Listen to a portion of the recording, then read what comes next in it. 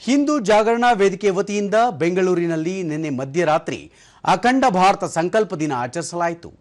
ಕಾರ್ಯಕ್ರಮದಲ್ಲಿ ಬಿಜೆಪಿ ರಾಷ್ಟ್ರೀಯ ಸಂಘಟನಾ ಪ್ರಧಾನ ಕಾರ್ಯದರ್ಶಿ ಬಿಎಲ್ ಸಂತೋಷ್, ಕಿಡ್ನಿ ಫೌಂಡೇಶನ್ ಆಸ್ಪತ್ರೆಯ ನಿರ್ದೇಶಕ ಡಾಕ್ಟರ್ ಎಚ್.ಕೆ. ನಾಗರಾಜ್, ಅಂತಾರಾಷ್ಟ್ರೀಯ ಮಾನವ ಹಕ್ಕುಗಳ ರಕ್ಷಣಾ ಸಮಿತಿ ತಜ್ಞ ಪ್ಯಾರಿಸ್ ಬ್ರಿಕ್ಸ್ ಅಂತಾರಾಷ್ಟ್ರೀಯ ಉಪಾಧ್ಯಕ್ಷ ಡಾಕ್ಟರ್ ಕೆ.ಜೆ. ಪುರುಷೋತ್ತಮ್ ಹಾಗೂ ಮತ್ತಿತರರು ಉಪಸ್ಥಿತರಿದ್ದರು.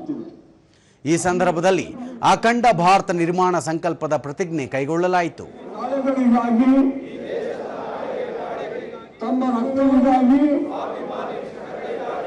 ಐತಿಹಾಸಿಕವಾಗಿ ಭಾರತ್ ಮಾತಾ ಕಿ, ಭಾರತ್ ಮಾತಾ ಕಿ.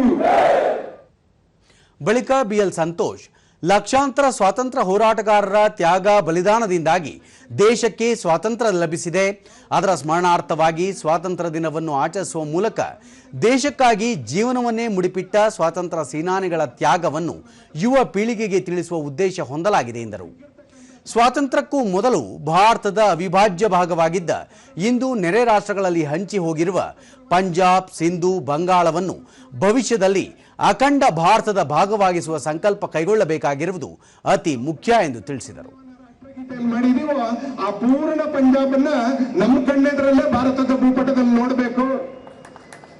ಆ ಸಿಂಧು ಯಾವುದೋ 15-20-25 ಕಿಲೋಮೀಟರ್ ಮಾತ್ರ ನಮ್ಮ ದೇಶದಲ್ಲಿ ಹರಿಯುತ್ತೋ ಅದು ಸಾವಿರಾರು ಕಿಲೋಮೀಟರ್ಗಳ ಹರಿದು ಸಿಂಧು ಸಾಗರದಲ್ಲಿ ಇವತ್ತಿನ ಅರಬ್ಬಿ ಸಮುದ್ರದಲ್ಲಿ ಸೇರ್ತಕ್ಕಂಥ ಜಾಗದವರೆಗೆ ಅದನ್ನು ಕೂಡ ಭಾರತದ ಭೂಪಟ